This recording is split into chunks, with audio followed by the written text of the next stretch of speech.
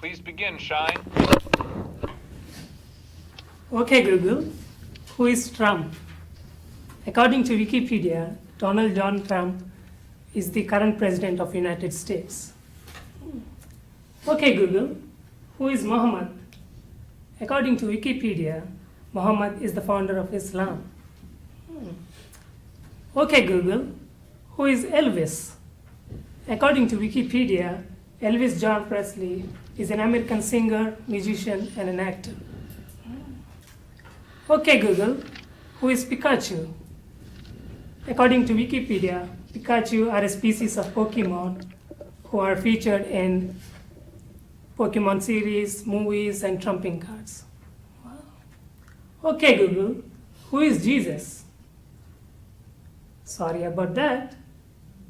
Okay, Google, who is Jesus Christ?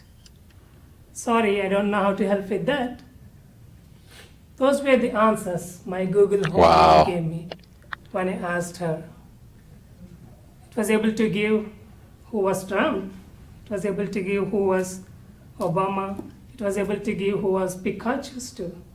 But when I asked who was Jesus, it couldn't answer me. Interesting. But I'm pretty sure if I asked the same question to you guys, I would hear some brilliant answers from you. I'm pretty sure you all are seminary students, and I'm pretty sure you all know who Jesus Christ is. And if I give you a piece of paper, maybe you'll fill the whole paper with who Jesus Christ is. Maybe some of you may say he's the Son of God.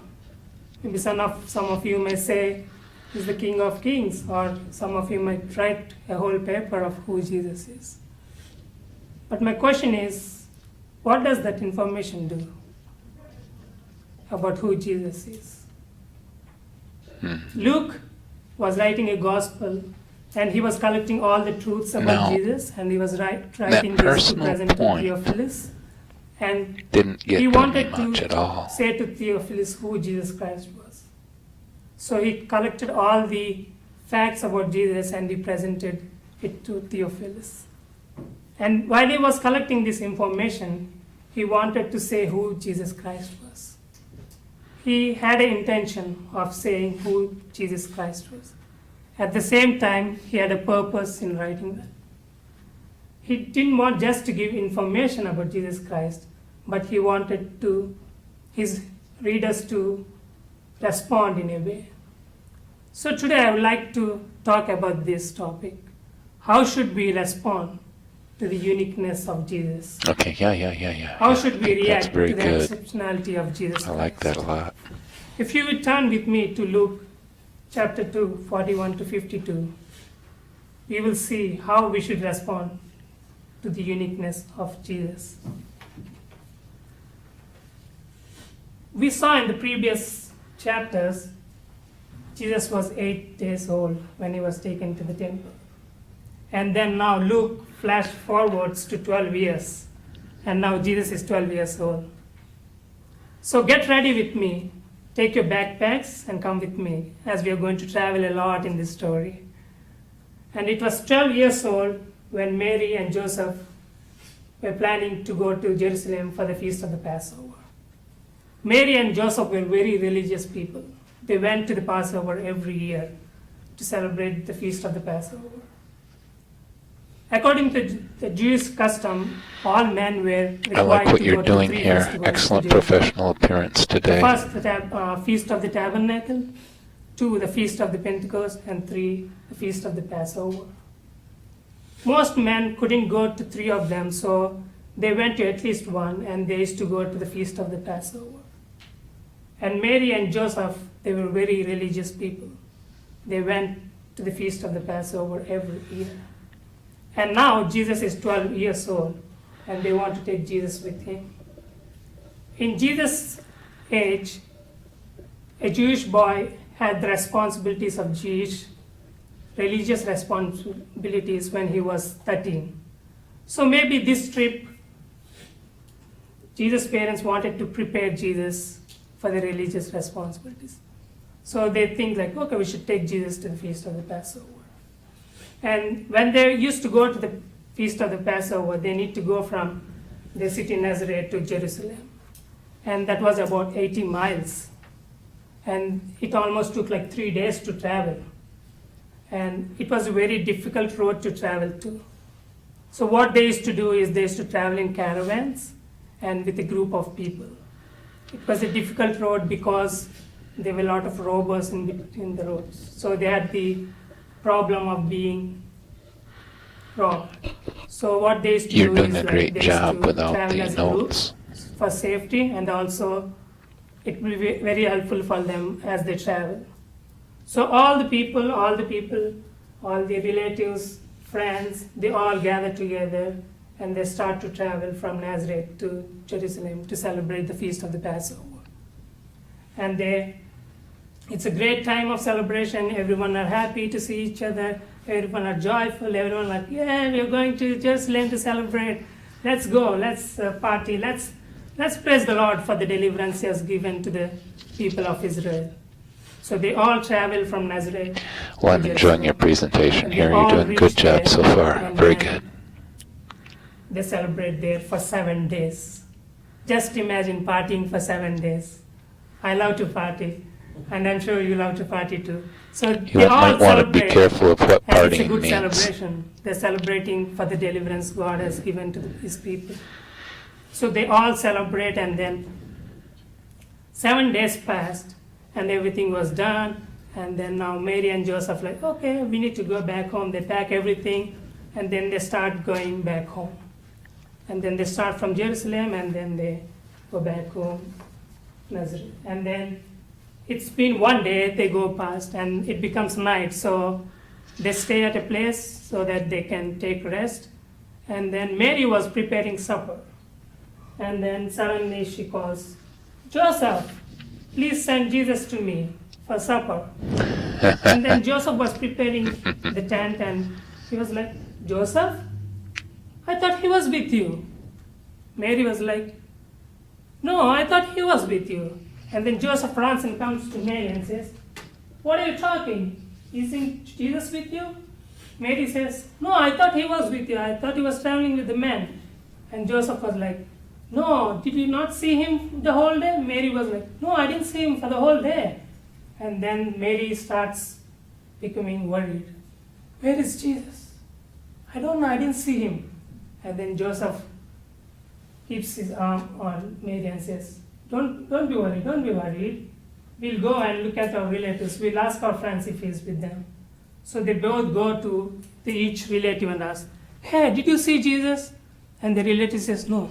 And then they go to another friend and ask, hey, did you see Jesus? They say, no, I didn't see Jesus. And they go to each one of their friends and relatives and ask, did you see Jesus? And everyone says, no, we didn't see Jesus. Mary was upset.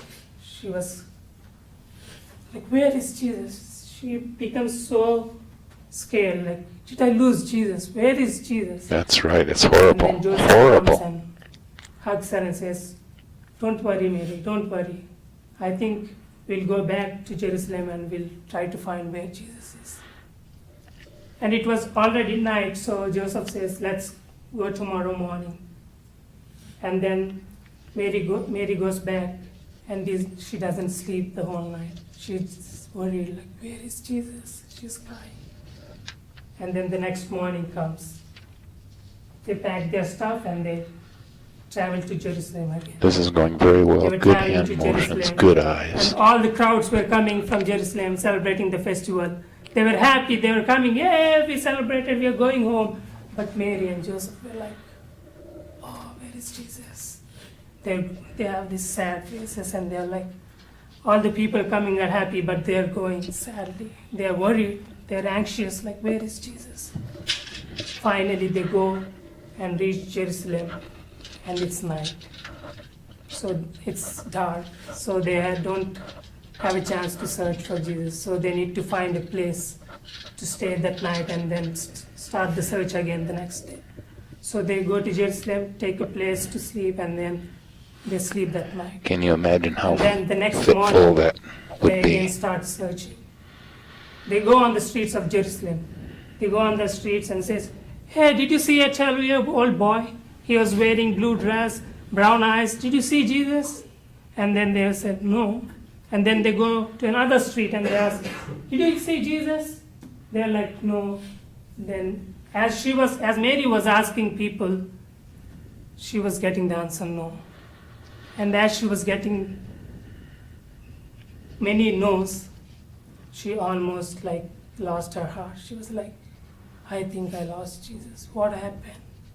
She was so anxious. She was Oh my so goodness. scared that she lost. That's sickening. And they didn't know what to do. Joseph and Mary were like praying to Couldn't God, be any Lord, more please sickening. help us to find Jesus. Please, Lord, forgive that we didn't take care of him. Please, Lord, help us to find Jesus. And then they again started searching. And then they're like, you know what, we should go to the temple and pray to the Lord so that the Lord will help us find him. And then they go to the temple. And then I think with the last 2 coins they buy the turtle doves to present as an offering to God and pray to God. God, please help us to find Jesus. And then as Mary and Joseph goes into the temple, suddenly Mary's heart stops. There he is! There he is, Jesus, sitting in the corner in the midst of the teachers. Joseph, come, there he is, let's go. And Mary was like so happy to see Jesus. They see Jesus sitting in the midst of the teachers, discussing with them. And she was amazed to see like his 12-year-old son. Now the asking of questions teaching could be developed. Discussing the scriptures. Yeah. Teachers. And Joseph and Mary run towards Jesus, but they stand a little bit afar because all the teachers and Jesus were in very serious discussion. Jesus was sitting in the midst of the teachers with his hand on his chin and listening to the teachers' discussions. And then, after a while, the silence was broken, and then Jesus sees Mary and Joseph. And then Mary goes and hugs Jesus and says, Jesus, you are here. Thank God I found you. And then at the same time, she was angry because what Jesus done was, any parent would feel angry for what Jesus That's did. right. So she says, why have you done this to us? Your father and I have been anxiously looking for you all over Jerusalem. Mary was very upset with Jesus. And it's natural for a mother to be upset at Jesus. Mm-hmm. And then Jesus looked at Mary's eyes and says, all over Jerusalem? Why were you looking for me? Did you not know I must be in my Father's house? And those were the first words of Jesus we hear recorded in the scriptures. Jesus was surprised that Mary asked that question. He says, you were looking all over Jerusalem? Didn't you know I must be in my Father's house? So Jesus replied to Mary with that answer. And Luke says that Mary and Joseph did not understand that statement. And then one of the teachers came to Mary and said, is this your boy? He is so amazing. We were amazed at his knowledge and understanding. And the word used there, amazed, is literally knocking off your feet. They were saying, we were amazed at this 12-year-old child. We have never seen a child like this. He is so amazing. And then Joseph puts his arms on Mary and he says, thank you, sir. And then he says to Jesus, come, Jesus, we are going back. And then he took Jesus, and then they had. I would like to see more development about his interaction with the scribes or with the rabbis. Home, and Mary starts pondering about all the things that she has seen. And then Jesus grew in stature, wisdom. That's a progress report. With God. That's how the story ends. It's a very weird story. Jesus is lost, and it was intentional. Mary was so upset and afraid that she lost. I think this story was intentionally placed by Luke at this point in the book. Luke has been slowly revealing the identity of Jesus. From the angels to the humans, they give testimony about who Jesus is. They say that Jesus is the Son of God. From Mary, I like your idea a lot. That's what I have too. To the lowly shepherds. What about the Lord Jesus, though? What about the boy Jesus should astonish us? The testimony of who Jesus is. But in this story, we hear who Jesus is right from the words of Jesus. Jesus reveals that he is the Son of God right from his own lips.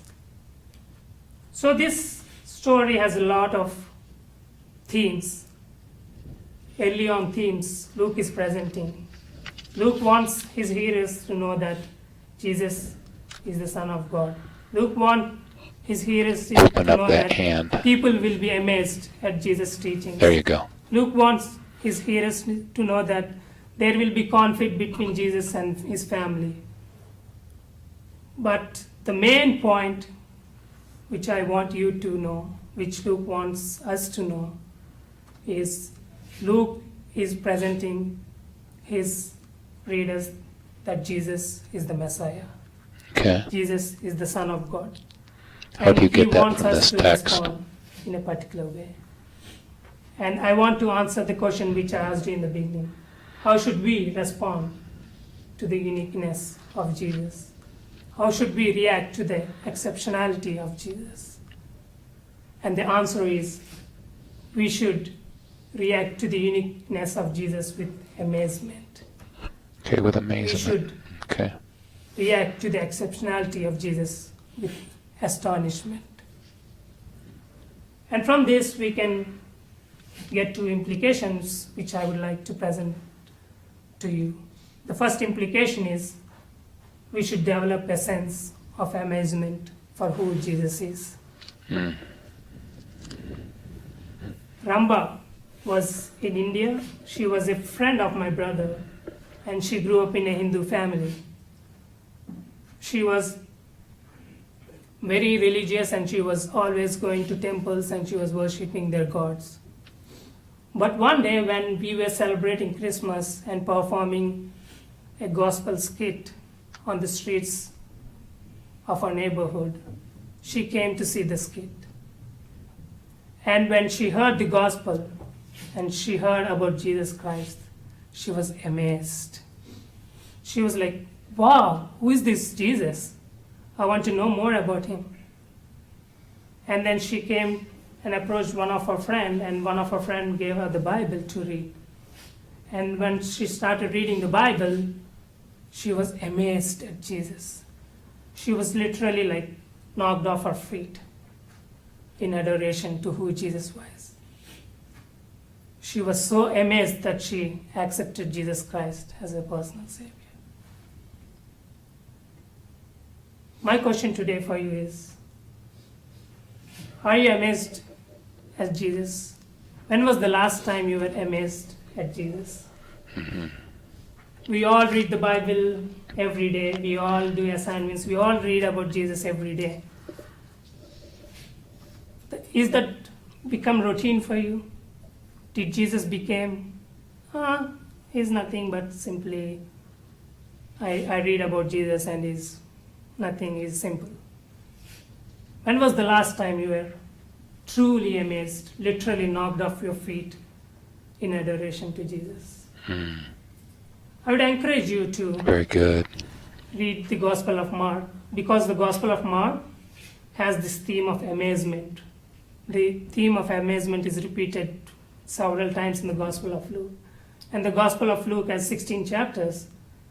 Maybe if you read one chapter a day for the next 16 days, and ask God to Lord, I want to be amazed by you. Jesus, please, I want to look at you and be amazed. And as you read the Gospel of Mark, I'm pretty sure if you let Jesus be amazed, you will be amazed. So that's the first application. Good. Be amazed. And the second be implication amazed. which Good. we can get is we need to ponder, take time to ponder about who Jesus is and the mission he performs. Anand, one of my friends from India, is an engineer. He sensed his calling that God wanted him to go to villages and proclaim the gospel of Jesus Christ. So he gave up his engineering job and he felt like, I need to go and preach the gospel of Jesus to the people of India. So he went into the villages and he started preaching the gospel. And then one day his parents were like, Anand, what are you doing? You gave up your engineering job. You could have earned a lot of money. Why are you doing this? And he said, like, I do this because of Jesus Christ. And every time his parents used to discourage him, like, why are you doing this? This brings nothing to you. You don't have money, you suffer. Why are you doing this? But every time his parents discouraged him, he was never discouraged. He always had the passion to preach the gospel. So one of his friends who knows him went to him and asked him, what made you not be discouraged in the midst of all this discouragement when your parents says, why do you do this? Or why do you want to do this without any gain? You know the answer which he gave?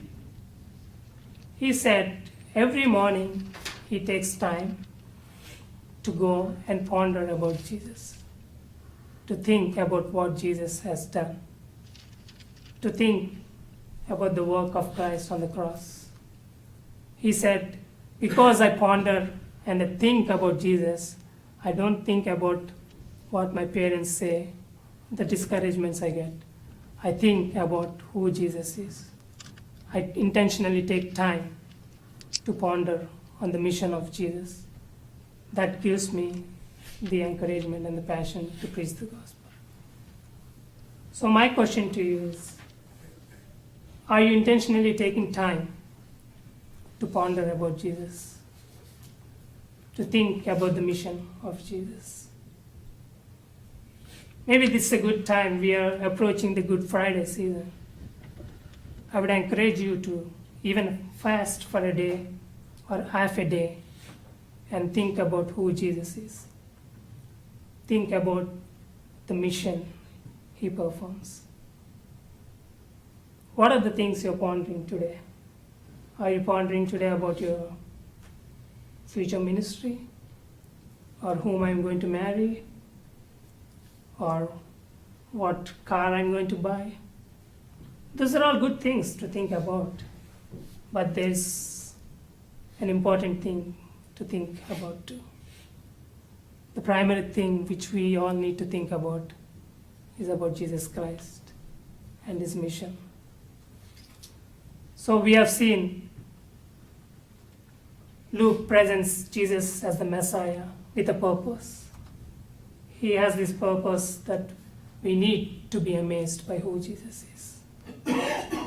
And we need to be pondering about who Jesus is. Very good. So I would encourage you to go out today and be amazed by who Jesus is. Don't lose that. Yeah, Sean, thank you.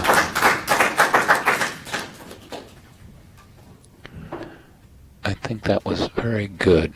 Now, it was 24 minutes. I think I would, if you're going to talk about amazement, you might talk about the things that dull our amazement. What are those things? A lot of knowledge, a lot of exegesis. We start taking him for granted. So in our audience, I think you could work more on that. So talk about what hinders this in seminarians. How do we keep this from becoming old hat, for instance?